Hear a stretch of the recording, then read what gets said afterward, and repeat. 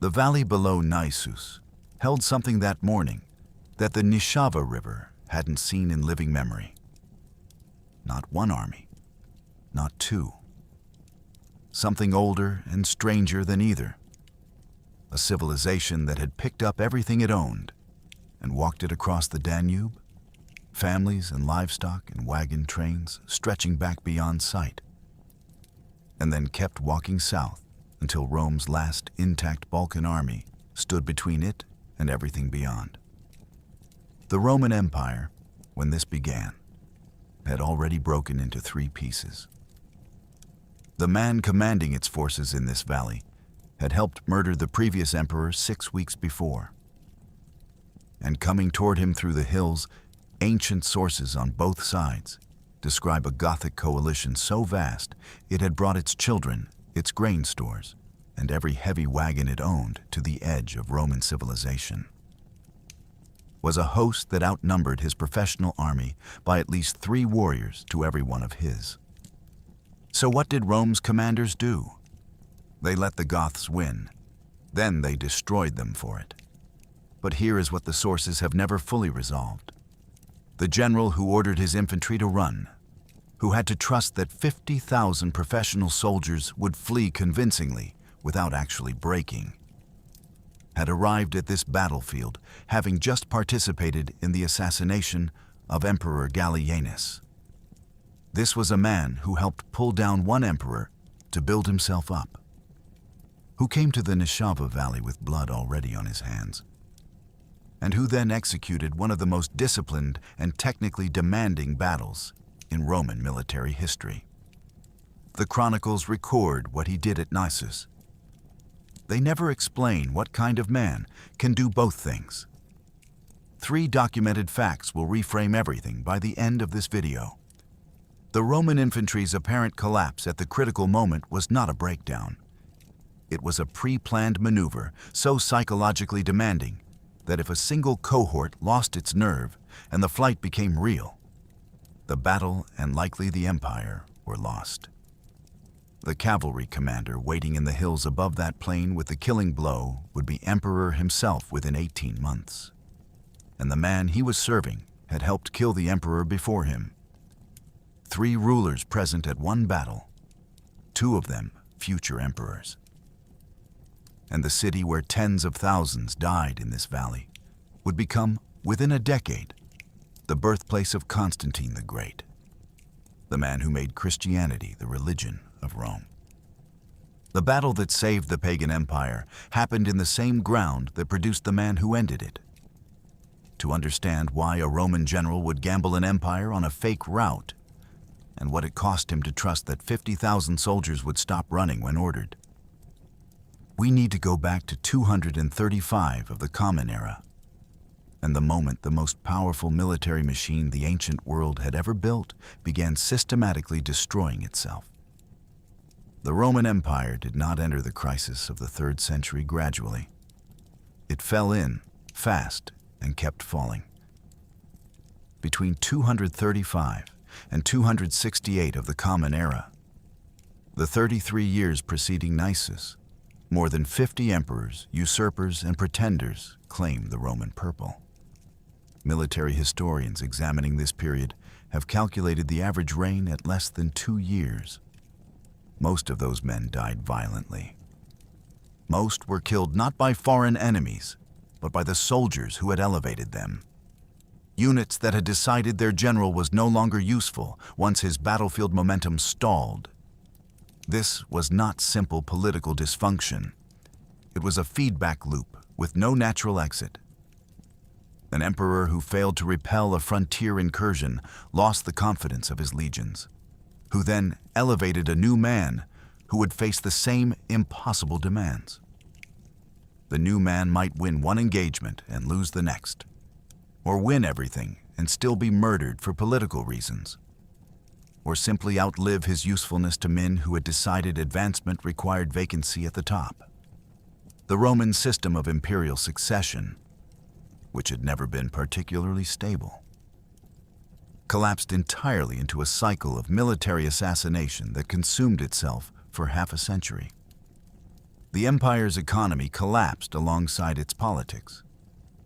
The standard silver coin, the Antoninianus, was stripped of its precious metal content through successive debasements until it was essentially a bronze token with a thin silver wash. The state needed coin to pay the armies, needed armies to collect taxes, and needed taxes to mint coin, a circular dependency that hyperinflation shattered. Prices rose faster than governments could respond. Credit markets collapsed.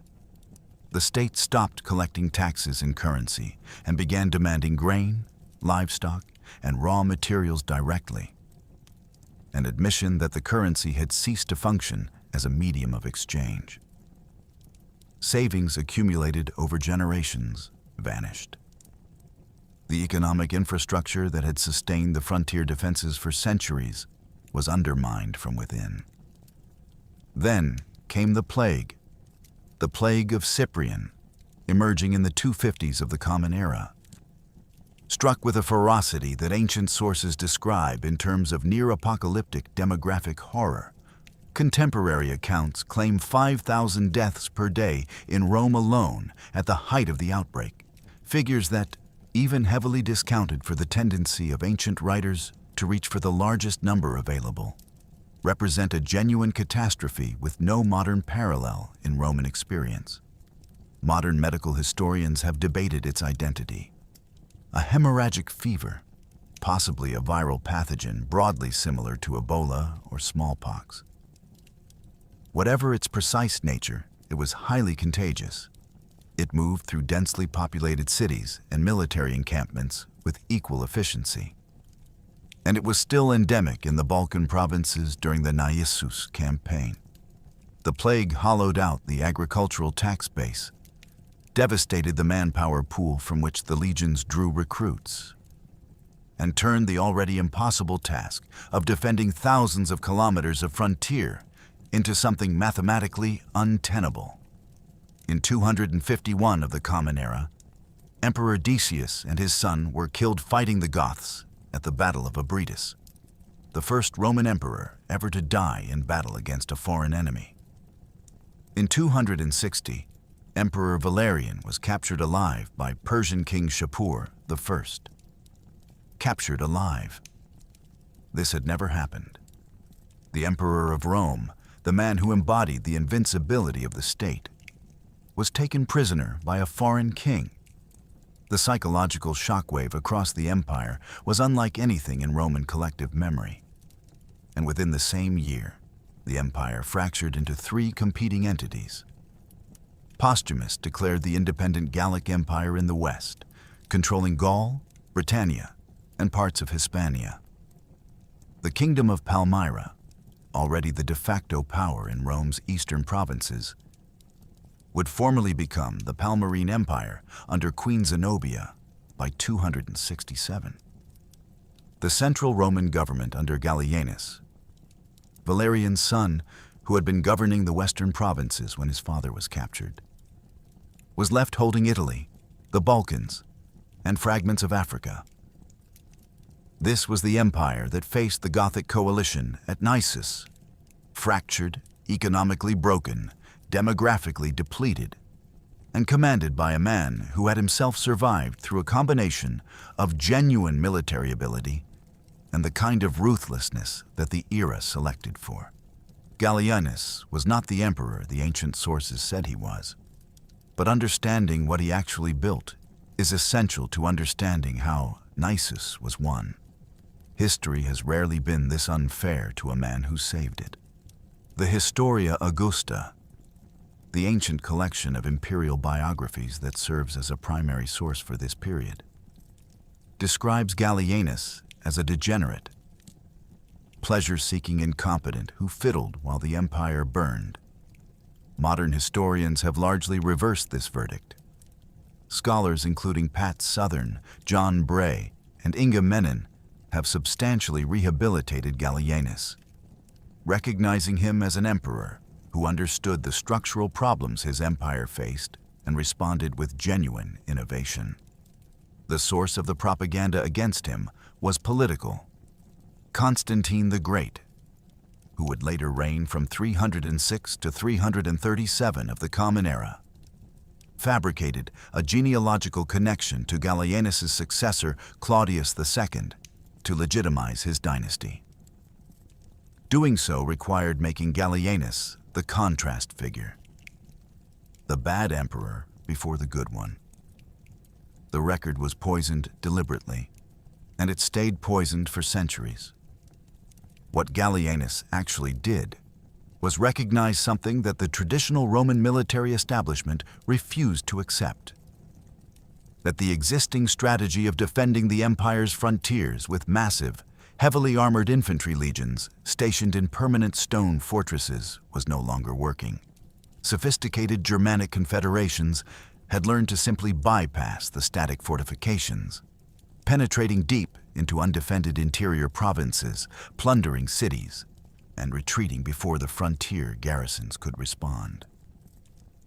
The system that had secured Roman borders for 3 centuries was failing. At the moment, Rome could least afford that failure. His response was doctrinal revolution. He created what would become known as the Comitatus, a centralized mobile field army concentrated at Mediolanum, the modern city of Milan, in northern Italy, positioned to respond rapidly to threats from either the Rhine or Danube frontiers.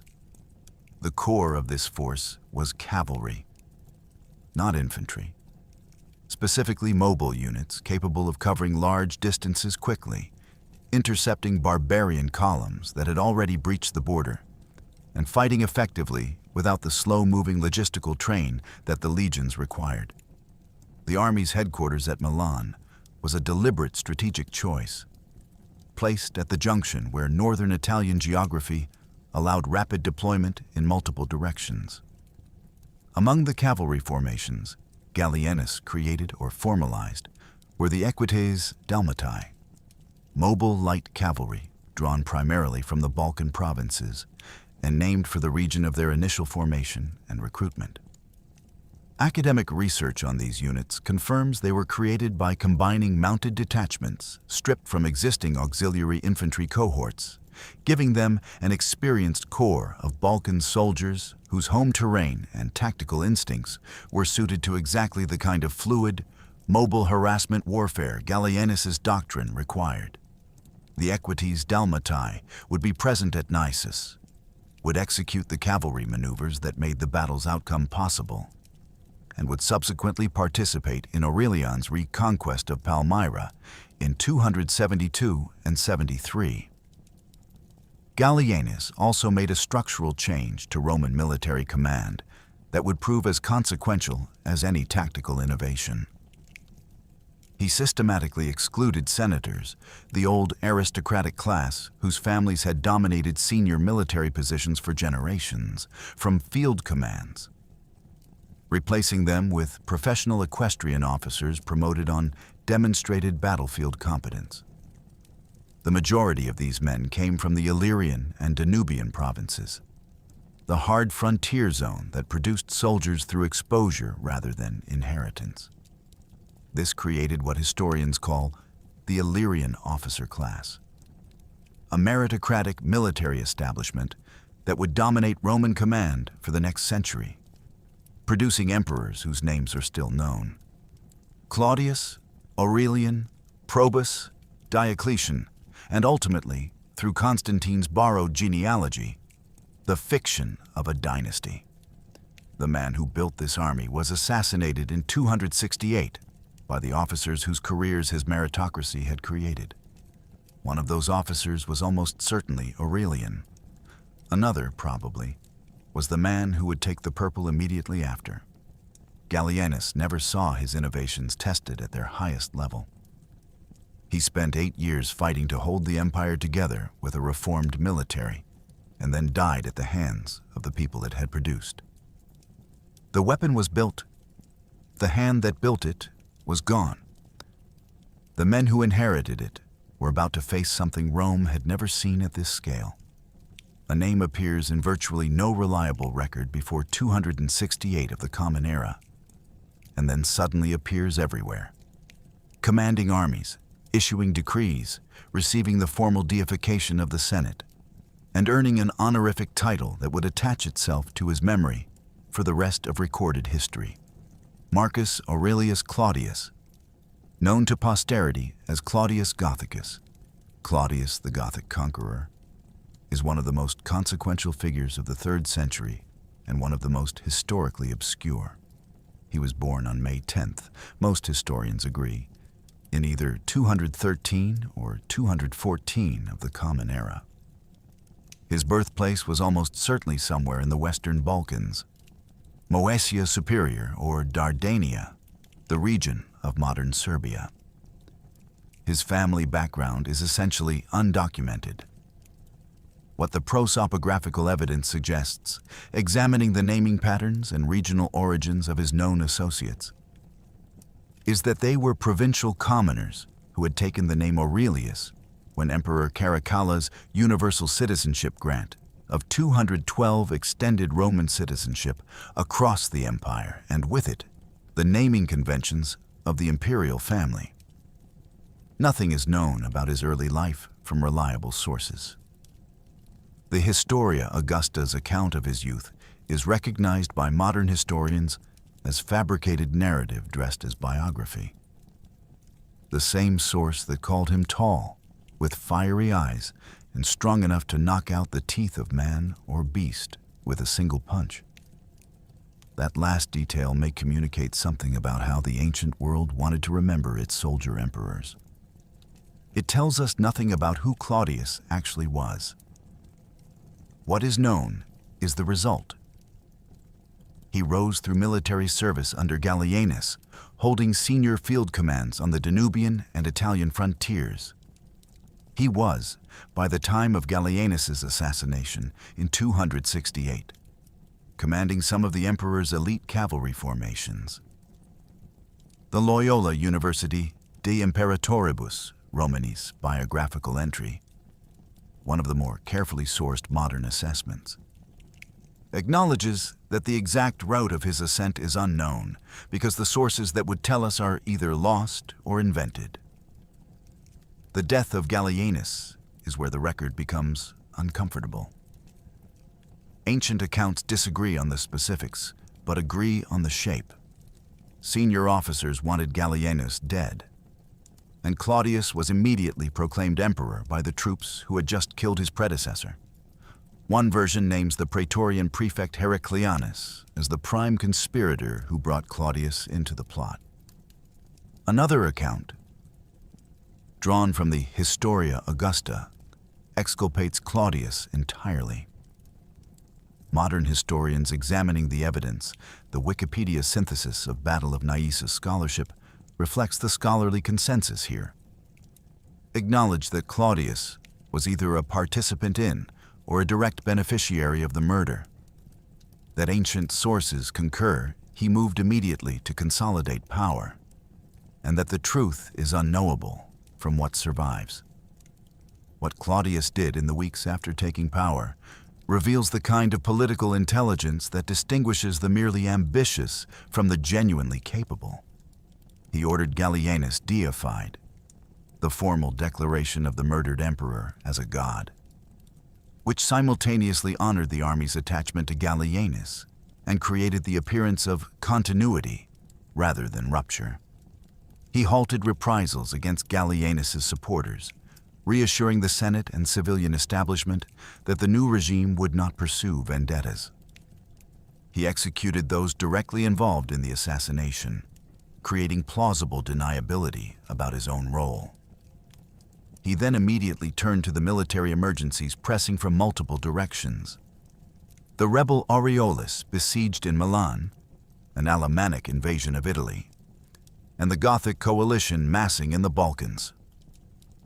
Within months, he had defeated the Alemanni at the Battle of Lake Benicus, secured the Italian approaches, and turned his attention southward to the Danube problem. He was approximately 54 years old, a career soldier who had survived the most lethal political environment in Roman history, had arrived at power through methods that the era normalized, but that history is never entirely forgiven. and who was about to fight the battle that would define his name. He would not do it alone. The cavalry that would decide the battle at Naisus was commanded by a man whose origins were even more obscure than his own. The tenant farmer's son who waited in the hills above the plain of Naisus with his cavalry was, by any honest assessment of the evidence, the most consequential military figure of the 3rd century. He would reunite the fractured Roman world. He would build the walls that still bear his name around the city of Rome. He would be called Restitutor Orbis, restorer of the world, an honorific that, in the inflated currency of imperial titles, he actually earned. At the Battle of Naisus, he was a cavalry commander waiting for the right moment. 18 months later, he was emperor. Lucius Domitius Aurelianus was born September 9th, 214 or 215 of the Common Era. Multiple sources, the Wikipedia biography of Aurelian, the Britannica entry, the Loyola de Imperatoribus Romanis article, confirm his birthplace as almost certainly in Moesia Superior, the modern Bulgarian-Serbian borderland, possibly near Serdica, the modern city of Sofia, or Sirmium. His father was a colonist, a tied tenant farmer, legally bound to land owned by a senator named Aurelius, the same name his family took, as provincials did throughout this period, when the naming conventions of their landlords became their own. His origins were not merely modest. They were, by the standards of the Roman aristocracy that had previously dominated military command, essentially invisible. He joined the army approximately 235 of the Common Era, around age 20. His pre-268 career, as described in the Historia Augusta, is recognized by modern scholars as largely fictional, vivid, plausible-sounding accounts that have been demonstrated to contain at least one factual impossibility: a legion that never existed. What is reliable? By the early years of Claudius II's reign, he was already commanding the elite cavalry. His earlier emergence in a reliably documented historical context as cavalry commander suggests, as the Wikipedia synthesis of ancient sources puts it, that he had been associated with Gallienus's cavalry army and had distinguished himself within it. The documented result of an undocumented trajectory. One ancient source, Aurelius Victor, directly claims that Aurelian devised the specific ruse that killed Gallienus, raising a nighttime alarm that drew the emperor out of his tent, providing the assassins their opportunity. Eutropius, Zosimus, and the Historia Augusta do not mention Aurelian in connection with the conspiracy. The discrepancy is genuine and unresolved. What can be said is that he was present at the siege of Milan, that he supported Claudius's claim to the purple, and that within the new emperor's reign, he was promoted with a speed that reflects either genuine recognition of exceptional talent or the rewards of political loyalty, most probably both. During Claudius's reign, Aurelian was given command of the elite Equites Dalmatii and then elevated to Magister Equitum, Master of Horse, the supreme cavalry command, effectively the army's second officer after the emperor himself. Multiple sources confirm this promotion. The Wikipedia Aurelian article, the Fandom Military Wiki, the Infogalactic synthesis of ancient evidence. At Naisus, all Roman cavalry answered to him. 3 rulers on one battlefield: Gallienus, whose army this was, and whose murder had made the battle's commanders possible; Claudius II, commanding over all and carrying the imperial title he had helped to seize; and Aurelian in the hills, waiting with the cavalry, about to deliver the blow that would define his commander's legacy and begin building his own. 18 months after Naisus, the plague that killed Claudius would clear his path to the purple. He would then spend 5 extraordinary years rebuilding everything the 3rd century had broken.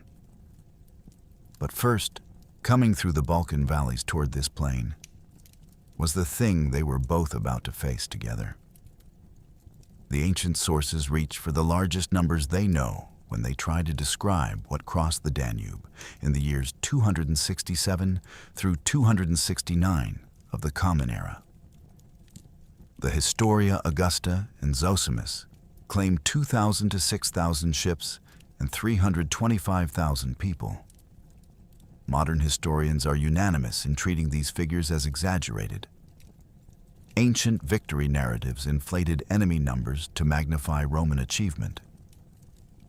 And the mathematics of moving 300,000 people across the Black Sea in a barbarian fleet strains even ancient credulity.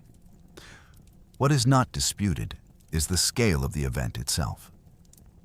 This was the largest single barbarian incursion in Roman history to that point, and it was qualitatively different from everything Rome had faced before. The coalition was genuinely diverse. Zosimus names Goths, Heruli, Pusini, and Scythians, the last term an archaic catch-all that Roman sources applied to any steppe or northern people they didn't want to categorize precisely. The Historia Augusta adds Greutungi, Thervingi, and Gepids. Modern historians working from this evidence identify the core components as Goths of two major groupings, the Greutungi and Thervingi, the Heruli as naval specialists, the Gepids as allied heavy fighters, and the Pusini, sometimes called the Bastarnai, as a related Germanic and Sarmatian mixed group long established at the lower Danube. These were not a single people with a unified culture. They were a coalition united by the promise of Roman wealth and, for many of them, the practical necessity of finding new and secure territory beyond their increasingly pressured homelands. The Heruli provided the nautical expertise that made the amphibious component of the invasion possible. They constructed and navigated the fleet, executing seaborne assaults on cities along the Black Sea coast before pressing through the Propontis, the modern Sea of Marmara, into the Aegean. Part of their fleet was wrecked in the Propontis, either destroyed by the Roman navy or lost to the violent and treacherous currents that even experienced sailors navigated with difficulty. The survivors burst into the Aegean in 267 and sacked Athens, Corinth, Sparta, and Argos, cities that had enjoyed centuries of uninterrupted peace, whose fortifications were ancient and poorly maintained, and whose inhabitants had no living cultural memory of what it meant to be plundered. Dexippus of Athens, the historian and civic leader who lived through the Herulian sack of his city, left the closest to contemporary account of these events that survives, or rather, that has been recovered. His work, the Sithica, had been lost for centuries before scholars Jana Gruskova and Gunther Martin, working at the Austrian Academy of Sciences, decoded its fragments from a Vienna palimpsest between 2007 and 2014 using spectral imaging technology. Those fragments describe the attack on Thessalonica and the Gothic movements toward Greece, not the Naisus battle itself, but the campaign that made it necessary. The majority scholarly interpretation treats the Gothic host as a mass societal migration rather than a purely military raid. Families, livestock, grain stores, and the interlocked wagon trains of the Carago accompanying the warriors. A minority scholarly view, noting that ancient accounts don't explicitly document non-combatants, holds these may have been raids by warriors without their families. The migration interpretation is followed here because it best explains the Carago's documented function, a wagon lager specifically designed to protect a migrating population, not merely military supplies. The Carago itself is worth understanding before the battle begins. It was the Gothic answer to the problem every migrating people faces: how to protect those who cannot fight while those who can are away fighting. Thousands of heavy transport wagons, chained and interlocked in a massive circle, created an improvised fortress that enclosed the coalition's most vulnerable members. Against light cavalry and skirmishers, it was formidable. Against disciplined heavy infantry supported by cavalry, which is precisely what Rome brought to Naisus, it was something else. The absence of a named Gothic commander at Naisus is itself a historical fact worth pausing on. Roman sources preserve the name of every major Roman officer at the battle. They preserve the name of not a single Gothic leader. The people who brought hundreds of thousands across the Danube, who sacked Athens, who nearly broke the Roman Empire. They vanished from the historical record as completely as they were meant to vanish from Roman territory. History tends to name the victors. The city of Naisus didn't become strategically important by accident. It became strategically important because rivers and mountains don't change, and the geography of the central Balkans channels everything that moves through it toward the same convergence point. Naisus, the modern Serbian city of Niš, was the capital of Upper Moesia and one of the most significant administrative and military centers in the Roman world. It sat on a wide, flat plain at the confluence of the Nishava and Morava rivers, and it was positioned, as the EBSCO Research Starter's entry on the city notes, at the intersection of 5 major Roman roads. The most important of these was the Via Militaris, the primary military highway connecting the Italian heartland to Byzantium and the eastern provinces. This road was not merely a convenience. It was the spine of Roman Balkan defense, the route along which emperors and armies moved when the frontier demanded them, the artery through which the empire maintained its structural coherence across an enormous and geographically challenging territory. For the Gothic coalition retreating northward from Macedonia, abandoning the sieges of Thessalonica and Cassandreia after intelligence reached them that a Roman field army was advancing. The Naisus road junction was not a choice. It was a geographical necessity. The Balkan river valleys channel movement north and south with the efficiency of a funnel. An army trying to escape back to the Danube or pivot westward into the relatively untouched provinces of Illyricum and Dalmatia had to pass through this convergence. Claudius II understood this with the clarity of a career soldier who had spent decades on these frontiers. By marching his army south and positioning it at Naisus, he placed an immovable obstacle directly across the only viable exit route for a host encumbered with hundreds of thousands of people and thousands of slow-moving wagons. The specific terrain around Naisus amplified this strategic advantage into a tactical trap. The city sat on a wide expanse of flat ground, generous enough to invite the massive Gothic host to deploy fully, to bring all its numerical weight to bear at once, to feel the false confidence that comes from seeing your own army stretched to the horizon. Flat ground, visible numbers, room to maneuver. Everything that makes a large force believe it is winning before the fighting starts. But the valley was bounded. Steep hills and mountain ridges framed it on multiple sides. At the valley's edges, near a location in the ancient sources associated with Palilula, the Nishava entered deep, impassable canyons, geographical choke points that would prevent lateral escape if the plain became a killing ground. The hills offered something specific to a defending force that intended to hold cavalry in reserve: concealment. From the plain below, Aurelian's mounted units, positioned in the surrounding elevated terrain before the Gothic host arrived, would have been invisible.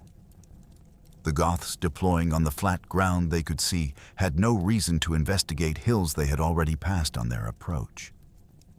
The Roman command's decision to use this terrain, the wide plain, as a tactical invitation, the hills as a concealment position, the canyons as an escape prevention mechanism, reflects either deliberate planning or the educated instinct of soldiers who had spent careers reading landscapes for tactical possibility. The sources don't preserve the council of war at which these dispositions were decided. What they preserve is the outcome. And from the outcome, modern military analysts have worked backward to the probable plan. No archaeological excavations of the battle site have been confirmed. The Gothicpedia analysis of the battle notes explicitly that the absence of any such excavations leaves no material evidence, no weapons, no fortifications, no mass graves, to corroborate the literary descriptions. The plain of Naisus is agricultural land today. What happened there is documented only in texts, some of which survive only because a medieval scribe wrote over them without quite erasing what was underneath. The trap was geographical. The bait was a Roman army deployed in the open. The Goths, exhausted and hungry after months of harassment, walked toward it. The battle at Naisus was not the beginning of the campaign. It was the end of one that had been running for nearly 2 years. And by the time the Gothic host arrived on that plain, the Roman cavalry had already been killing them for months. In 267 of the Common Era, the first wave struck from the sea. The Aurelian fleet, which ancient sources describe at various points as numbering 500 to 6,000 vessels, a range that reflects the chaotic and contradictory nature of the surviving accounts rather than precise documentation, launched from the northern Black Sea coast and drove southward. They attacked the fortified cities along the western Black Sea coast, found their siege capabilities inadequate to the task, and moved on. They attacked Byzantium and Chrysopolis. Part of their fleet was wrecked in the Propontis. Whether by Roman naval action or the deadly currents of that narrow passage, the sources disagree. The survivors entered the Aegean and sacked Athens, Corinth, Sparta, and Argos. Dexippus of Athens, who would later write the closest to contemporary account of these events in his Scythica, lived through the attack on his own city. Gallienus defeated this first wave at a battle on the Nessos River, a victory that modern scholarship carefully distinguishes from Naisus itself. The Wikipedia analysis of the battle notes that some older historians identified the Nessos engagement with Naisus. But the current scholarly consensus treats them as separate events. After the Nessos, Gallienus left his general Lucius Aurelius Marcianus in command of the Balkans and returned to Italy to deal with the revolt of his cavalry commander Aureolus, who had declared himself an ally of the breakaway Gallic Empire and seized Milan. There, Gallienus was murdered.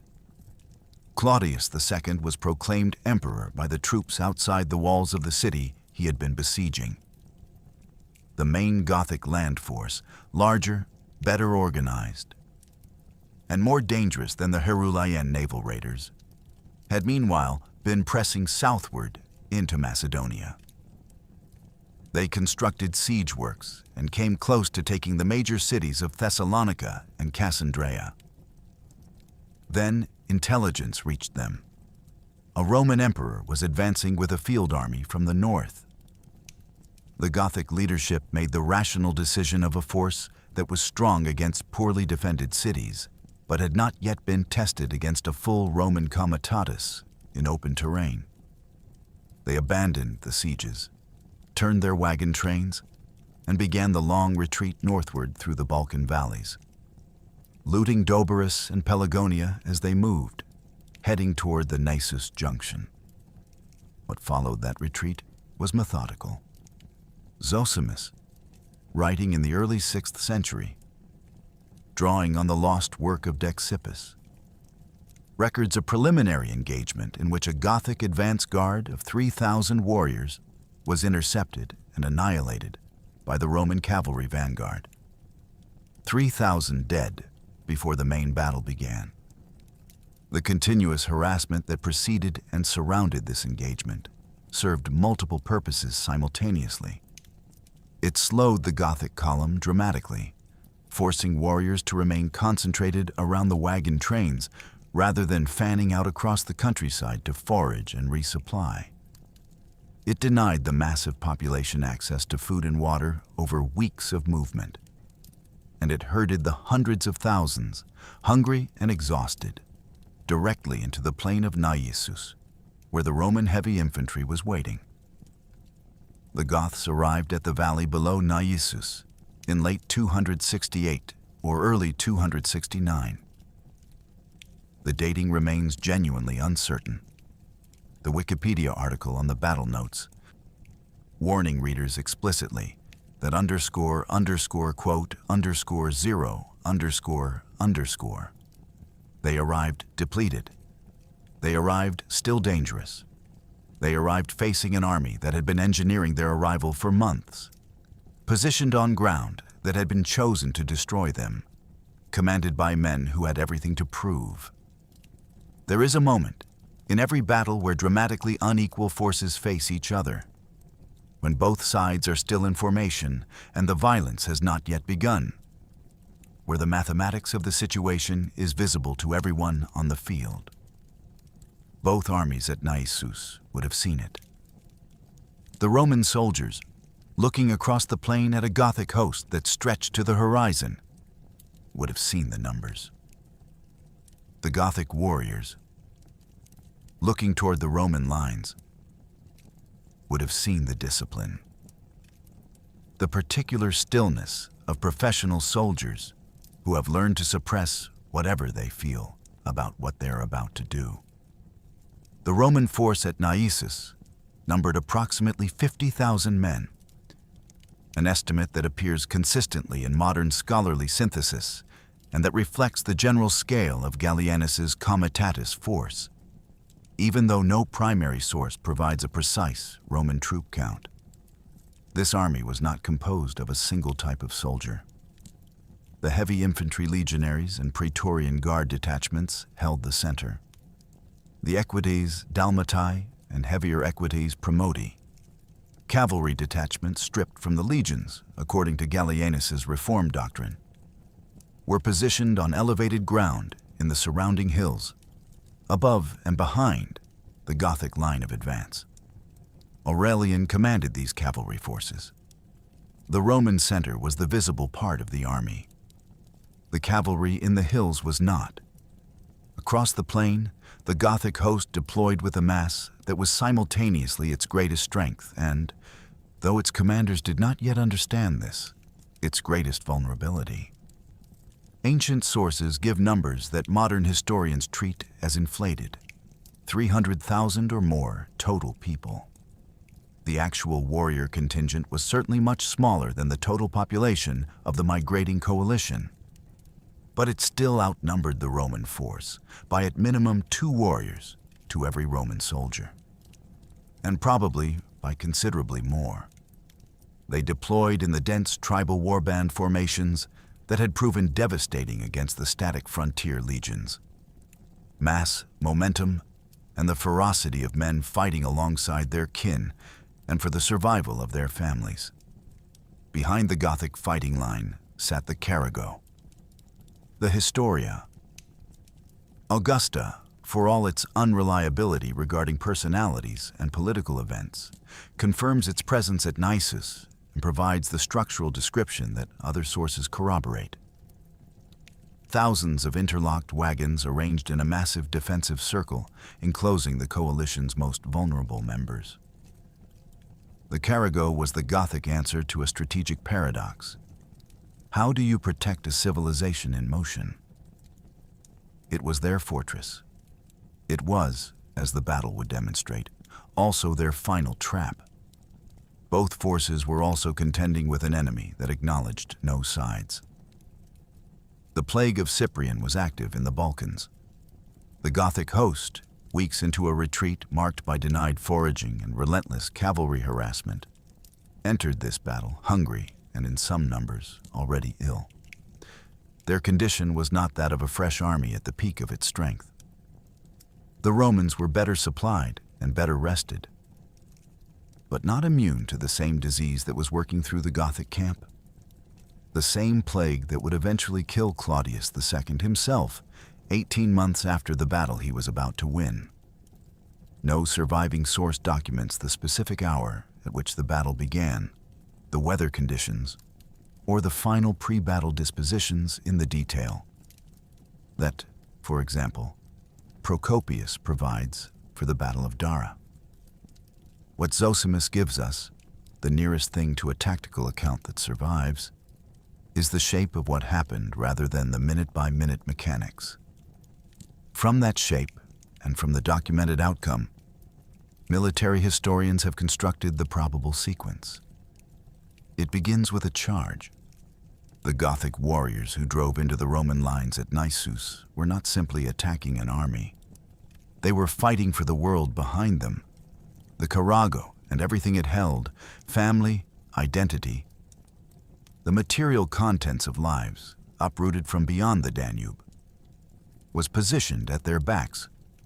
Retreat meant abandoning everything that had made this extraordinary migration worth the danger. The Romans in front of them represented an obstacle between the coalition and survival. And the warriors came forward with the particular intensity that only that combination of circumstances produces. Zosimus, in Book 1, chapters 43 through 45 of his New History, the most detailed tactical description of Naisus that survives, written in the early 6th century using as its principal source the now lost Sithica of Dexippus, describes the initial engagement as, quote, 1. In a historian prone to Roman triumphalism writing about a decisive Roman victory, this phrase functions as an honest acknowledgement of genuine danger. The opening Gothic assault tested the Roman infantry in ways that the frontier skirmishes Claudius's soldiers had been conducting through the preceding months had not. The Gothic warband system generated a particular kind of combat pressure. Dense formations of warriors, fighting alongside kinsmen, motivated by collective identity and survival, produced kinetic shock, the brute momentum of mass bodies driven by coordinated human will. The Roman heavy infantry responded with the counter-system that 3 centuries of professional military culture had built. The interlocked shield wall, practiced unit cohesion, tactical signals obeyed not because soldiers in the moment felt like obeying them, but because drill had made obedience reflexive. These 2 systems, mass and motivation against discipline and formation, had been testing each other across the Roman frontiers for generations. Neither had a simple advantage. Everything depended on which held longer. The Roman infantry's role in this opening phase was not to win. Military historians, analyzing the tactical sequence that Zosimus describes, recognize that the Roman center was the anvil of the operation. It existed to pin the Gothic warriors in frontal combat, to absorb pressure, to take casualties, and to hold long enough for the trap to function. The real weapon was in the hills. But the men in the center didn't know exactly when the cavalry would move. They knew the plan. They could not know the moment. Here is where the source confronts its own limits, and where the most consequential interpretive choice in reconstructing this battle must be made explicit. Zosimus describes a quarrel between the Roman infantry and cavalry at the critical juncture. The emperor, he says, wishing the infantry to engage, while something like a command breakdown occurred. Modern military historians, including the analysis preserved in the academic document that forms a primary research source for this script, interpret this passage not as a literal mutiny, but as a civilian historian's misunderstanding of a deliberately pre-planned tactical maneuver. What Zosimus witnessed in his sources, or what his source Dexippus witnessed, filtered through Zosimus's reconstruction, looked, from the outside, exactly like a breakdown in command cohesion. What it was, scholars argue, was the most dangerous part of the plan. The Roman infantry, under orders, began to give ground. Running away convincingly is harder than standing and dying. This is not an observation designed to be clever. It is the practical reality of ancient military psychology. And it explains why the feigned retreat, the controlled tactical withdrawal designed to lure an enemy into disorganized pursuit, appears so rarely in the ancient record, executed successfully by large infantry formations. The conditions for it to work are demanding. The men executing it must run with enough apparent desperation to convince the enemy watching them that the flight is real, while maintaining enough internal discipline to stop on a prearranged signal and reverse direction against the force pursuing them. If the conviction required to perform the first fails, the unit runs. If the discipline required for the second fails, the unit also runs. The margin between theater and catastrophe is extremely narrow. To be clear about what the sources provide and what modern analysis supplies, Zosimus does not write feigned retreat. He writes quarrel, a breakdown, an apparent failure of command cohesion, an infantry line that broke and appeared to flee. The interpretation of this as a pre-planned tactical maneuver is the consensus position of modern military historians analyzing his account, not a verbatim description in an ancient source. The Wikipedia synthesis of Naisus scholarship, the academic document prepared for this research, and the broader modern treatment of the battle all identify the feigned retreat as the most probable explanation for what Zosimus describes. The reader should know they are receiving an informed, scholarly interpretation of an ambiguous ancient text, not a direct quotation from a witness. With that framing established, what military historians argue happened was this. The Roman infantry, having absorbed the Gothic assault and absorbed it at genuine cost, began a fighting withdrawal, an organized, disciplined movement backward that produced all the visual signals of collapse. Units giving ground, formation gaps opening, the apparent disintegration of the front line. The Gothic warriors, who had been pushing hard against Roman discipline for hours and had seen the line yielding, saw what they expected to see. They surged forward. The psychological mechanism here requires specific attention, because it explains why this maneuver could work on a force as formidable as the Gothic coalition. The Goths came to Naisus after months of harassment, food denial, and cumulative exhaustion. They were fighting with everything at stake. When the Roman line began to give, the relief and momentum generated by that apparent breakthrough was enormous. The kind of emotional surge that makes men stop thinking tactically and start pursuing. Warriors who broke formation to pursue the fleeing Romans were no longer protecting the man beside them. Formations that had been dense and coordinated became extended lines of individual fighters spread across the plain in the direction of movement. They advanced past the hills. This was the moment.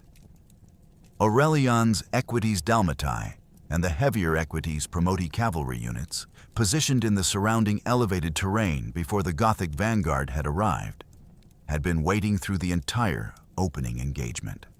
Every sound of the infantry battle below them, the grinding pressure of the initial Gothic assault, the long, sustained contact, the apparent breaking of the Roman line, had been happening while they sat motionless in concealment. The discipline required to remain stationary while your own side appears to be losing is a specific and difficult kind of professional competence. Then the signal came. What followed was not the reversal of a battle. It was the completion of a plan. The cavalry erupted from the hills. This is not metaphor. The Equites Dalmatii and the heavier cavalry units under Aurelian's command had been positioned above and behind the developing line of Gothic pursuit, on ground that the Goths had passed without investigating, in terrain that the Roman commanders had selected specifically for this purpose. When they moved from elevation, from concealment, and from the flank and rear of warriors who were committed to forward pursuit and had no prepared defensive formation to their sides. Zosimus, in the account that represents our primary tactical description of this moment, records that the cavalry launched its attack at the critical juncture as the Gothic pursuit extended past the Roman infantry's apparent collapse. Simultaneously, the precision of this timing is what military analysts emphasize when they study Naisus. The Roman infantry that had been, quote, six, wheeled about. On a prearranged signal, the men who had been running reverse direction reformed their shield walls with the mechanical precision of soldiers for whom the drill had been practiced until it was reflexive, and launched a counterattack directly into the face of the Gothic vanguard that had been chasing them. The Gothic warriors who had been winning minutes earlier suddenly found themselves between two converging Roman forces, on unfamiliar ground, in a formation that had been optimized for forward pursuit rather than defense on multiple sides. The terrain that had seemed to offer freedom of deployment on the open plain now worked against them. The hills and canyon approaches that flanked the valley limited lateral escape precisely as they had been intended to. The routes back to the Carago ran through the Roman forces closing from behind. There was no direction that was tactically sound. This is the envelopment, the double development that the academic research on this battle describes as the battle's decisive maneuver. The Romans did not invent the concept. Hannibal had executed a version at Cannae in 216 before the Common Era, nearly 5 centuries earlier, destroying a Roman army more than twice his size through a similar convergence from multiple directions. What Claudius and Aurelian demonstrated at Naisus was the execution of this principle with a multi-component force. Heavy infantry, light cavalry, and heavy cavalry, operating from different directions on a prearranged coordination that the chaos of ancient battle makes genuinely difficult to achieve against a numerically superior enemy that had been specifically prepared for it through weeks of harassment and supply denial. Zosimus claims that approximately 50,000 Goths were killed or taken captive in the main engagement at Naisus. This figure must be engaged with, honestly. Ancient victory narratives consistently inflated enemy losses, and the number 50,000 appears in the kind of context where ancient writers chose round numbers large enough to convey magnitude rather than precise enough to constitute documentation. Modern historians treat it as a claim, not a measurement, indicative of catastrophic Gothic losses without constituting a reliable count. The Wikipedia analysis of the battle reproduces the figure, while noting it is allegedly. The hedge is appropriate and is maintained here. The Gothic vanguard, the frontline fighting force of the coalition, the warriors who had pushed through Roman frontier defenses across the Balkans, was systematically destroyed. Whatever the precise number of dead, the fighting capacity of the coalition at Naisus was broken. Behind the killing ground, behind the bodies scattered across the plain, the Carago still stood. The Gothic Carago at Naisus was not primarily a military structure. Understanding it this way, as a tactical formation rather than a place of habitation, misses what made its storming both militarily necessary and historically significant. The interlocked wagons in their massive circle were the physical container of an entire population's survival. Food, tools, the elderly who could not march, children too young to fight, women who had walked every kilometer from beyond the Danube. This is why the Gothic warriors fought with the particular intensity documented in Zosimus's account. The Carago was behind them. Its contents were the reason the migration had happened. The Historia Augusta, despite its profound unreliability regarding the political and personal details of the emperors whose lives it claims to document, provides corroborating evidence for the Carago's presence and use at Naisus. One of the cases where the source's military detail appears to reflect genuine information rather than the biographical fabrication for which it is notorious. The Wagenlager was the final line of Gothic defense after the vanguard was destroyed. And as the surviving Gothic warriors broke from the plain and fell back toward it, the question was whether it could hold against the Roman forces now pursuing from multiple directions. Against light cavalry and skirmishers, a well-constructed carrago offered genuine defensive advantages. The wagons created obstacles to mounted attack. The enclosed space gave defenders height relative to cavalry outside the perimeter, and the massed Gothic warriors inside could project missile fire in multiple directions. The Romans did not bring light cavalry to this assault. They brought the heavy infantry legionaries, who had been the anvil of the battle's opening phase. Trained in close-quarters combat, experienced in siege warfare techniques developed over centuries of Roman military practice, supported by Aurelian's cavalry, which systematically pursued the Gothic horsemen and neutralized their capacity for mobile response. The academic document that forms part of the research foundation for this script describes what followed as a slaughter. The confined space within the wagon perimeter turned the tactical advantages of Gothic numbers and individual ferocity into liabilities. Warriors packed together cannot maneuver, cannot form coherent tactical responses to attacks from multiple angles, and cannot escape. The Roman legionaries fought through the chained wagons and through the Gothic defenders in the sustained close-quarters combat that was the legion's specific area of excellence. Ancient accounts don't specify what the carrago contained in human terms when the Romans entered it. The sources move quickly past this phase of the battle, noting the scale of Gothic casualties without dwelling on the mechanics. What can be said is that the victory at Naisus was comprehensive. The Gothic vanguard was destroyed in the plain, and the carrago assault completed the annihilation of organized Gothic resistance at the battle site. A substantial number of Gothic survivors did break out of the encirclement.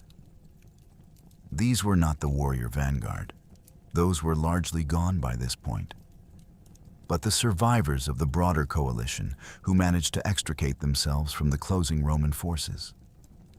Protecting themselves with the remnants of their wagon trains, abandoning most of the plunder accumulated over months of Balkan raiding. They moved east toward the rugged passes of Mount Haemus, the Balkan range, the only direction that offered terrain too difficult for Roman cavalry to follow directly. The battle was over. The campaign was not. The Battle of Naisus lasted hours. What followed lasted months. And in some ways the months were more devastating than the hours. The Gothic survivors retreating toward the Haemus passes carried the carrago's remnants as mobile protection and whatever food they could recover from the wreckage of the battle.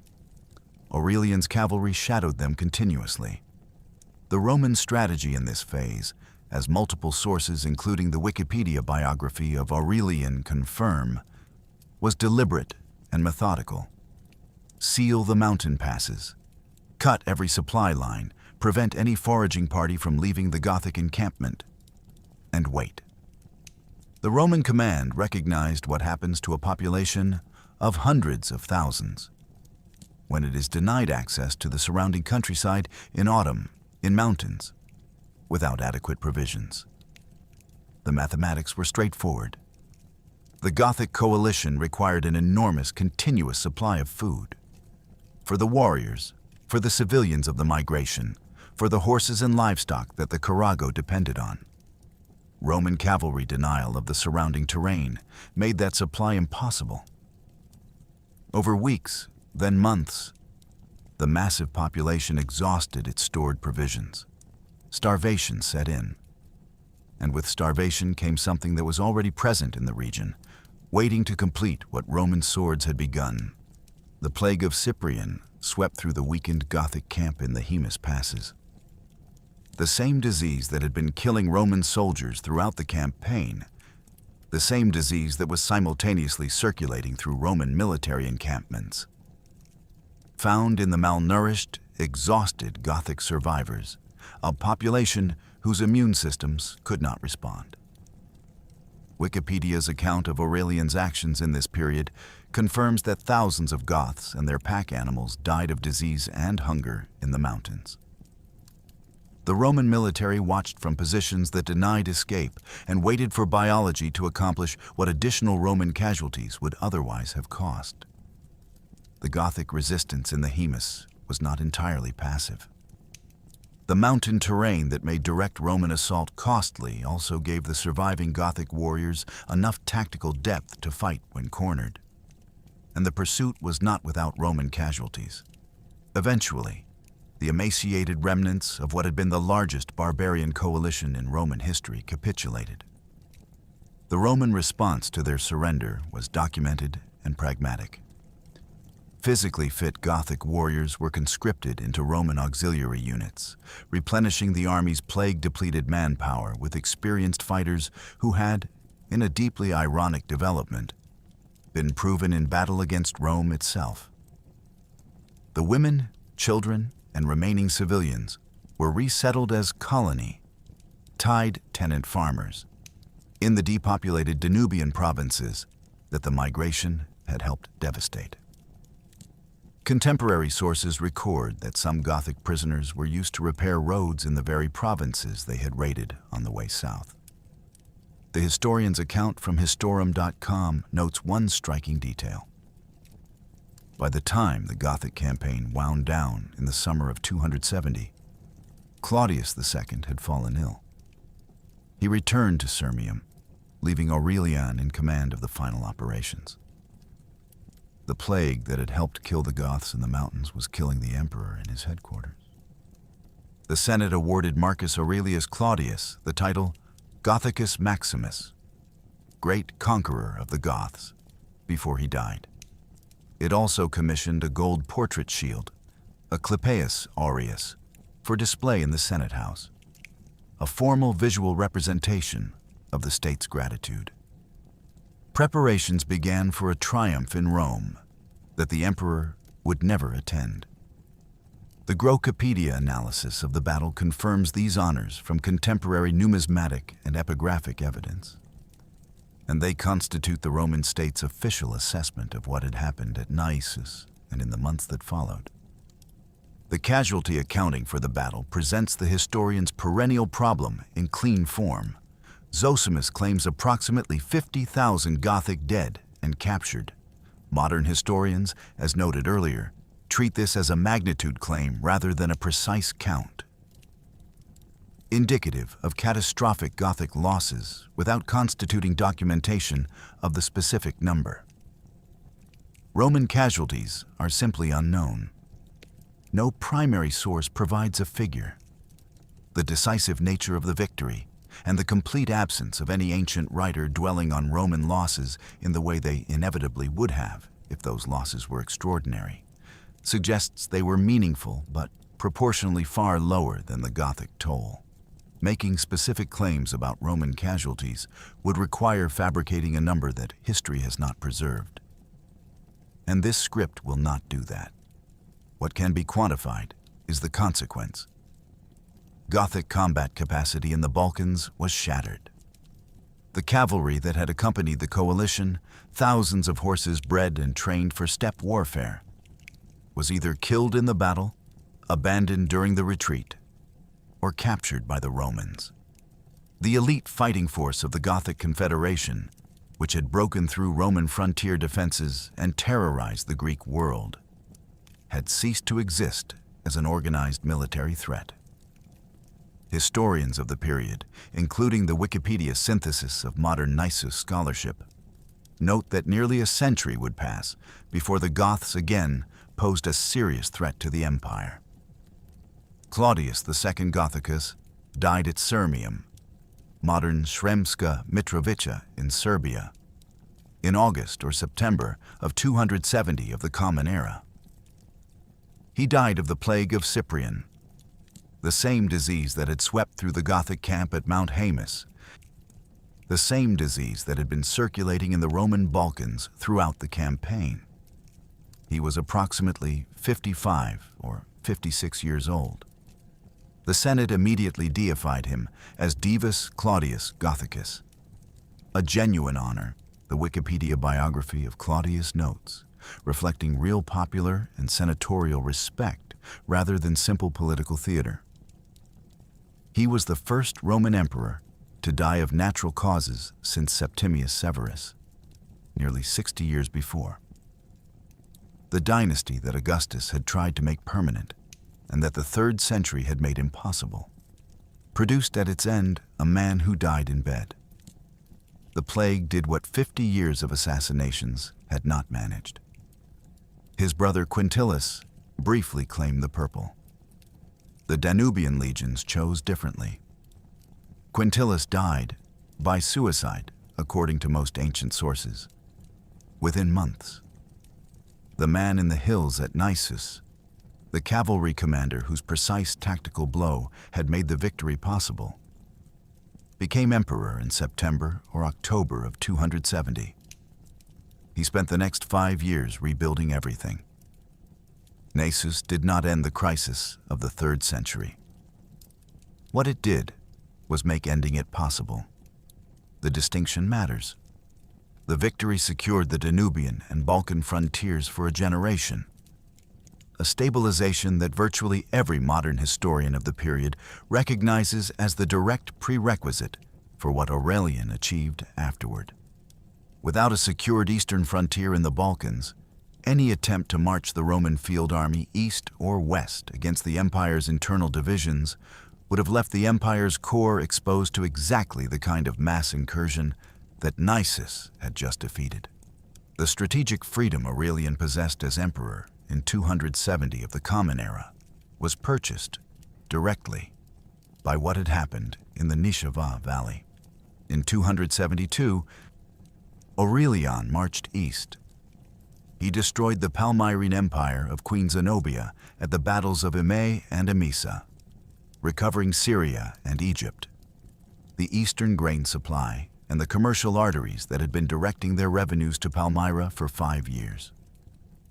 The Britannica biography of Aurelian confirms both the campaigns and the strategic significance. Egypt alone, restored to Roman control, meant that Rome could again feed itself from the Nile Valley's surpluses. In 274, Aurelian marched west and defeated the Gallic Empire's usurper Tetricus at the Battle of Chalons. Tetricus, his position undermined by Germanic invasions and internal conspiracies, reportedly concluded a secret agreement with Aurelian before the battle. His army fought. He surrendered. He later received the governorship of Lucania, which is either mercy or irony depending on how one views forced retirement. By late 274, for the first time since 260, the Roman Empire was governed by a single emperor. For this achievement, the reunification of a world that had been fracturing for a decade, the Senate awarded Aurelian the title Restitutor Orbis, Restorer of the World. The Wikipedia biography of Aurelian notes that this title had been used previously by Valerian and Gallienus in more aspirational contexts. Aurelian's use of it in 272 and beyond represented the same aspiration applied to something he had actually accomplished. He also ordered the construction of massive new defensive walls around Rome itself, the Aurelian walls, much of which still stands today. An acknowledgement that even a reunified empire required physical protection that it had not needed for centuries. In 271, Aurelian made a decision that the Wikipedia article on his reign calls controversial, and that modern historians generally defend as strategically sound. He evacuated the trans-Danubian province of Dacia, the modern territory of Romania, withdrawing the Roman frontier to the natural barrier of the Danube River. He created a new province of Dacia Aureliana south of the river in the former territory of Moesia. Rome never reconquered the original Dacia. The decision was made from strength, not weakness. The victory at Naisus had secured the Danube line sufficiently that Aurelian could afford to shorten it deliberately. But it was an admission that the empire that had conquered Dacia under Trajan 170 years earlier no longer existed. Naisus also validated, definitively, the doctrinal revolution that Gallienus had begun. The mobile cavalry reserve, operating from a central position, harassing the enemy before the decisive engagement, and then delivering the killing blow from concealed positions at the precise moment of vulnerability. This was the template that worked at Naisus. The division of the Roman army into mobile field forces and static frontier guards that Diocletian and Constantine would formalize as the comitatenses and limitanae system reflects, historians recognize, the conceptual model demonstrated in the Nishava Valley. The army that held the empire together for another 2 centuries was shaped by what worked against the Gothic coalition. A century is a long time in human terms. In the history of civilizational conflicts, it is a pause between movements. The Gothic peoples were not destroyed at Naisus. They were broken as an organized coalition, shattered as a military force, and set back as a systematic threat for approximately 4 generations. The Wikipedia article on Claudius Gothicus notes that nearly a century passed before they again posed a serious threat to the empire. What that article doesn't dwell on is what happened when the century ended. In 376 of the Common Era, 107 years after Naisus, the Visigoths appeared at the Danube in enormous numbers, asking to cross. They were not invaders. They were refugees, fleeing the advance of the Huns from the east, a nomadic people of extraordinary military efficiency whose pressure on the steppe had set the entire Gothic world in motion. The Roman government allowed the Visigoths to cross on conditions it then spectacularly failed to honor, mismanaging the refugee settlement in ways that transformed desperate petitioners into desperate enemies.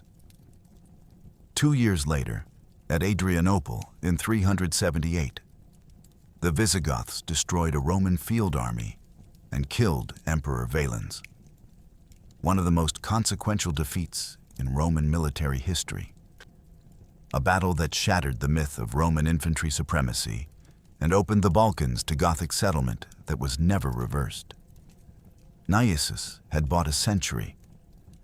Adrianople demonstrated that the century had a limit. What the century between those 2 battles produced matters enormously because the institutions built in that interval are the reason Western civilization has the shape it does. Aurelian reunited the empire. Diocletian stabilized it institutionally, reorganizing the frontiers, standardizing taxation, rationalizing the military structure. Constantine transformed it culturally, adopting Christianity as the favored religion of the imperial house, founding Constantinople as the empire's eastern capital, and creating the administrative state that would survive as the Byzantine Empire for over 1,000 years under Rome's western half had disintegrated. The deeper long-term consequence of Naisus is structural and sobering. Rome and Persia fought each other continuously for another 3+ centuries after 269, a geopolitical stalemate of mutual exhaustion that left both empires significantly depleted by the time the Arab armies emerged from the Arabian Peninsula in the 630s of the Common Era. The Byzantine Empire they encountered had just finished a devastating 26-year war with Sassanid Persia that had stripped both powers to their institutional bones. Both fell to the Arab expansion with a speed that contemporaries found shocking. Naisus was a data point in a trajectory that ended in the loss of both. It saved the moment. It could not save the arc. The Goths, who were resettled as Roman farmers after Naisus, eventually became Roman. Soldiers, Roman citizens, and Roman Christians. Their descendants defended the empire that had defeated their ancestors. By the time Alaric's Goths sacked Rome in 410, of the Common Era 140 years after Naisus. They were doing it as people who had been, for generations, more Roman than Gothic. History does not resolve cleanly. Ask 100 people to name a decisive battle from Roman history. They will say Cannae. They will say Adrianople. They will say the Teutoburg Forest.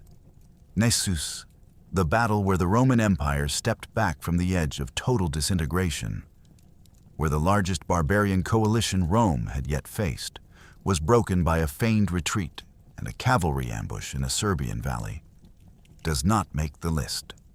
Understanding why is itself a lesson in how history works. The source problem is foundational.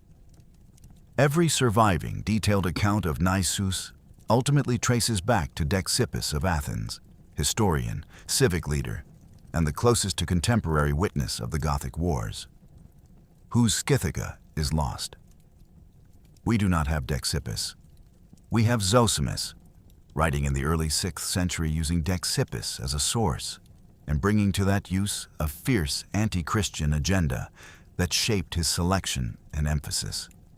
We have the Historia Augusta, a collection of imperial biographies from the late 4th century that modern historians treat as a bizarre mixture of historical fact, court gossip, and outright fiction. We have Zonaras writing in the 12th century and George Syncellus in the 9th. David S. Potter, whose modern scholarship on the Roman Empire is among the most carefully sourced available, has characterized Dexippus himself as a poor source. And Dexippus is the best we have.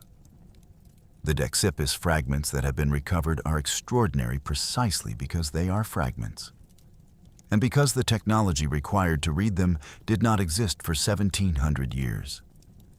The Scythica Vindobonensia project, Dexippus's recovered text, decoded by scholars Jana Gruskova and Gunther Martin at the Austrian Academy of Sciences using spectral imaging on the Vienna Manuscript History Group, 73 between 2007 and 2014, revealed pages of Greek text that had been written in the 11th century over earlier writing, rendering the original invisible to ordinary light. The decoded fragments describe the Gothic attack on Thessalonica and defensive preparations at Thermopylae. They confirm the broader strategic picture of the Gothic Wars. They have not yet yielded a detailed Naisus battle narrative. The contemporary voice is present, tantalizingly close, and still not quite what we need. The propaganda problem compounded the source problem. Constantine the Great's fabricated genealogical connection to Claudius II required that the historical record make Claudius look like a savior, and Gallienus look like a catastrophe. The man whose military reforms actually created the army that won at Naisus, who built the Equites Dalmatae, created the Comitatus, established the meritocratic officer class, was systematically portrayed as degenerate and incompetent by 4th century state-sponsored historians trying to make their emperor's claimed ancestor look good by contrast. The real architect of the victory was erased. The political beneficiary of the victory got the credit. This is not unusual in history. It is, in this case, unusually consequential for memory. The structural reason for Naisus's obscurity is perhaps the most honest. It was a defensive victory that did not permanently change political geography. Unlike Actium, which ended the Roman civil wars and established the Augustan Principate, or Adrianople, which shattered Roman military dominance and opened the Balkans to permanent Gothic settlement, Naisus preserved a status quo. Two empires in existential competition continued to be two empires in existential competition. The tactical brilliance of Naisus served a political result that felt, from the outside, like continuation. And continuation is harder to remember than transformation. The wonder, given all of this, is not that Naisus faded. The wonder is that we know about it at all. Modern military academies study ancient battles not because Roman cavalry tactics translate directly to armored warfare or drone operations, but because human behavior under extreme pressure does not change as quickly as technology does. The principles that Naisus demonstrates: terrain as force multiplier, the psychological demands of controlled deception, combined arms coordination, the strategic exploitation of an enemy's logistical vulnerabilities, appear in military doctrine across centuries precisely because they address constants of warfare rather than its variable equipment. The first principle is terrain as force multiplier. Claudius and Aurelian used the Nishava Valley's geography to neutralize the Gothic numerical advantage before a single sword was raised. The wide plain invited Gothic deployment and generated false confidence. The surrounding hills provided cavalry concealment. The canyon choke points prevented lateral escape. A defender who understands terrain with this precision can neutralize an attacker who doesn't. A principle with application from Thermopylae to the Ia Drang Valley in Vietnam, from the mountain ambushes of Afghanistan to the defensive position at Dara that Procopius documented in such technical detail. The second principle is that deception requires greater discipline than direct engagement. The feigned retreat at Naisus, interpreted by modern scholars as the consensus explanation for Zosimus's quarrel, demanded from the Roman infantry a collective disciplinary achievement more difficult than simply holding the line, running convincingly without actually breaking, stopping on signal, and attacking the force that had been pursuing you. This is psychologically harder than standing and fighting. The same principle appears in the organized deception operations of 20th century warfare. In information operations designed to create false impressions under adversarial pressure. In every military context where making the enemy believe something untrue is more valuable than beating them directly. The third principle is combined arms coordination. The Roman victory required precise, near-simultaneous execution of three separate tactical elements: infantry withdrawal, cavalry ambush from concealed positions, and infantry counterattack. Each element individually would have accomplished little. Their coordination was the weapon. Modern joint operations doctrine, the emphasis on integrating air power, armor, infantry, and special operations in ways that multiply the effect of each component, reflects the same insight at higher technological resolution. The fourth principle addresses the strategic exploitation of population logistics. The Gothic coalition's most important military characteristic was also its most important military vulnerability. It was a civilization in motion. The families, livestock, and wagon trains that gave the coalition mass and motivation also anchored it to supply lines that could be denied, to foraging requirements that could be blocked, to the physical pace of a population rather than the pace of a pure military force. Rome's cavalry harassment campaign, months of supply denial before the decisive battle, was not preparation for Naisus. It was part of the victory. The battle itself completed what the logistics campaign had already begun. The fifth principle is the central position enabling rapid commitment of reserves. Aurelian in the hills had the equivalent of what later theorists would call the interior lines advantage, positioned centrally between the plain and the heights, able to observe the entire engagement and commit to the decisive point when the moment arrived. Napoleon would later formalize this principle as the art of war's central challenge, massing at the decision point faster than the enemy can respond. Aurelian was doing it in 269. The sixth principle is that tactical genius and institutional resilience are different things and both are necessary. Claudius II died 18 months after his greatest victory. Aurelian was murdered 4 years after reuniting the empire. The innovations they demonstrated, the doctrinal framework, the organizational structures, the meritocratic officer class, outlasted them by centuries because the Illyrian military establishment had made those innovations institutional rather than individual. Gallienus created the army. Claudius and Aurelian demonstrated what it could do. Diocletian and Constantine codified what the demonstration proved. Personal brilliance that doesn't survive its practitioner has a limited strategic shelf life. The seventh principle is the one that applies most directly to any commander who reads this battle as historical instruction rather than historical curiosity. Numerical superiority is a probability, not a guarantee. The Gothic coalition outnumbered the Roman force by at minimum 2-1, possibly far more. They were fighting for their family's survival. They had momentum from months of successful campaigning. And they lost comprehensively because they encountered a smaller force that had thought more carefully about where and how to fight than they had. The Nishava River runs clean through modern Niš, a Serbian city of approximately 249,000 people, Serbia's third largest. It flows under bridges named for things that happened centuries after the battle.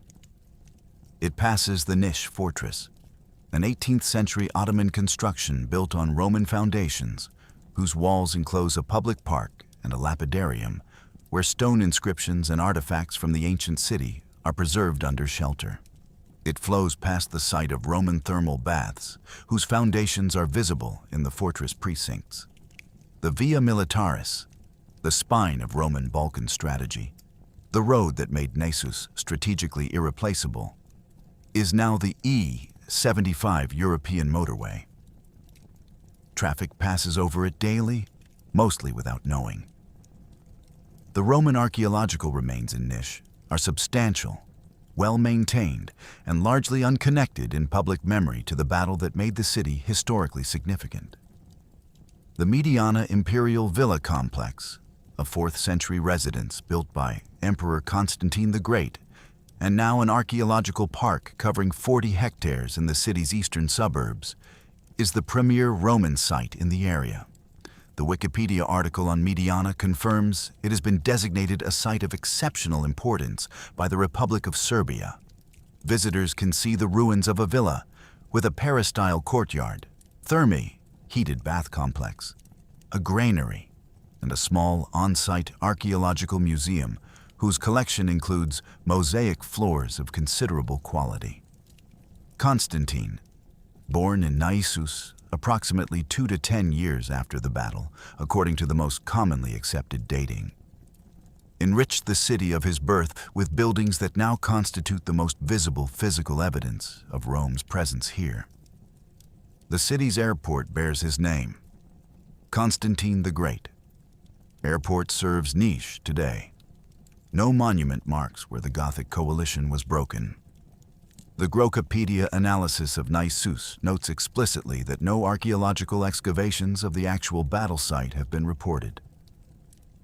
No weapons, no mass graves, no fortifications, no material evidence of any kind corroborating the literary accounts of what happened on the plain. The battlefield is agricultural land. Tens of thousands of people died there, by any reasonable reading of the ancient sources. The valley absorbed them and continued. This is not unusual for ancient battles. Most of them are archaeologically invisible, the physical evidence scattered, degraded, or buried under 2 millennia of subsequent habitation and cultivation. What is unusual about Naisus is the gap between the battle's historical significance and its current memorial presence. A battle that preserved the Roman Empire at its most desperate hour, that enabled the reunification campaigns of Aurelian, that produced the institutional framework that sustained Rome for another 2 centuries, commemorated by nothing except the ruins of a later emperor's palace and the name on an airport. The closest thing to a contemporary account of the events that culminated at Naisus lies in a library in Vienna, in a manuscript that spent centuries as a palimpsest. ancient Greek text written over by a medieval scribe, invisible to ordinary light, waiting for spectral imaging technology developed in the 21st century to make it readable again. Dexippus of Athens, who lived through the Gothic sack of his city, who participated in the defense of Greece against the Aurelian raiders, who wrote the Sithica that became the foundation for every later account of these events.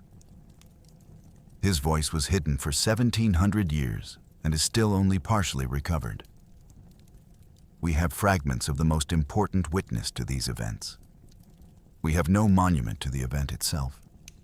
The valley below Naisus doesn't remember. The river doesn't know.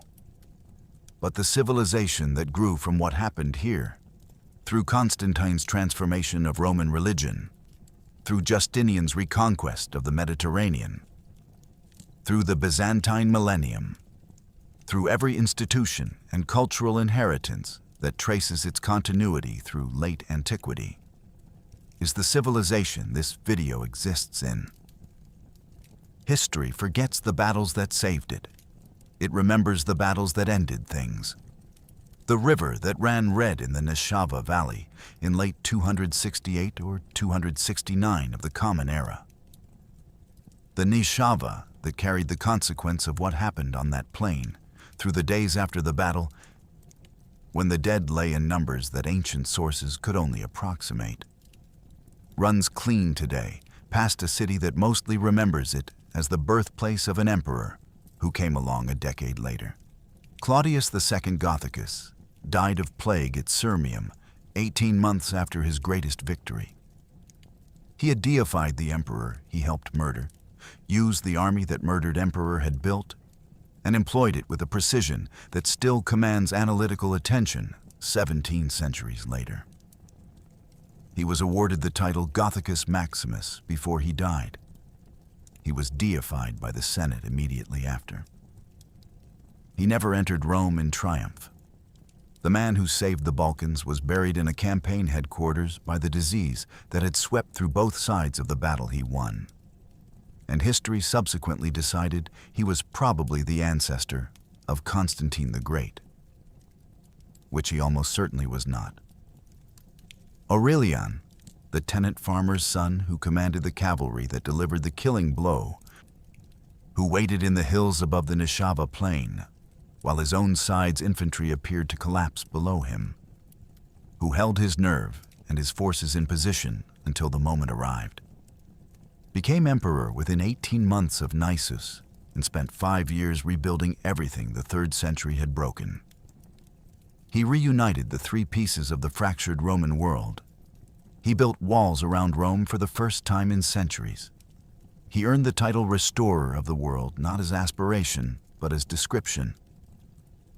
He was murdered by his own officers in 275 of the Common Era, deceived into vulnerability by a secretary who feared punishment and struck first. He spent 5 years as emperor. He used all of them. Gallienus, the man who built the army, created the doctrine, established the meritocratic officer class that produced every soldier who fought at Naisus, is remembered in those ancient sources that were systematically distorted by 4th century imperial propaganda as a degenerate failure. Modern scholarship has reversed this verdict. The reversal comes too late to reach the general public. He was killed by the men he had promoted, using an institution he had created. History took his weapon and gave it to other men's names. The Gothic coalition that came to the Nishava Valley was not simply an army. It was a civilization that had picked up everything it owned and walked it to the edge of Rome and then beyond. The warriors who died in the plain at Naisus were fighting for the families behind them. The survivors who died in the mountain passes died of cold and disease and starvation. The survivors of that were settled in the provinces they had tried to conquer, became Roman farmers, had children who became Roman soldiers, had grandchildren who became Roman citizens. The Goths who sacked Rome in 410 were Christians. They said prayers in Latin. They had been for several generations. more Roman than the Romans they were sacking. History does not resolve cleanly. What Naisus demonstrated, what 50,000 Roman professionals proved against a Gothic host that outnumbered them by at least 2 to 1, possibly more, on a plain carefully chosen for the purpose, was not that Rome was invincible. Rome was not invincible. The 3rd century had made that clear. What Naisus demonstrated was that preparation, properly applied, can be a form of mathematics. That terrain, understood and used, is a weapon as real as iron. That the bravest thing an army can sometimes do is run, convincingly, on signal, trusting the man beside you to stop when you stop. No stone in that valley tells you what happened there. The plain is farmland. The hills hold no markers. The Dexippus fragments that describe the Gothic wars before Naisus, recovered by spectral imaging from a Vienna palimpsest after 17 centuries, have not yet yielded the voice of the closest witness to the battle itself. The archaeology is absent. The monuments are elsewhere. But the empire that survived because of what happened in that valley left its marks on everything that followed.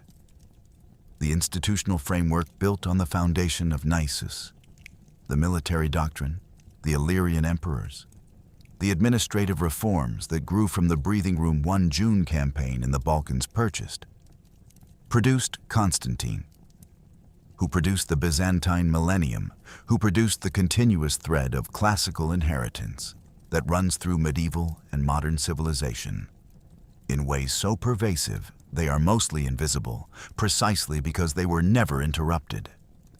50,000 soldiers faced a migrating civilization that outnumbered them at least 3 to 1, and won through preparation, terrain, discipline, and a fake retreat so well executed that it has been analyzed in military institutions for centuries. The Gothic warriors who charged across that plain toward the apparent collapse of the Roman line were fighting for their world. The Roman soldiers who ran and then turned were fighting for theirs. Both were right to fight as hard as they did. Only one of those worlds survived intact. That is not nothing. For civilizations balanced on the edge of extinction, that is everything.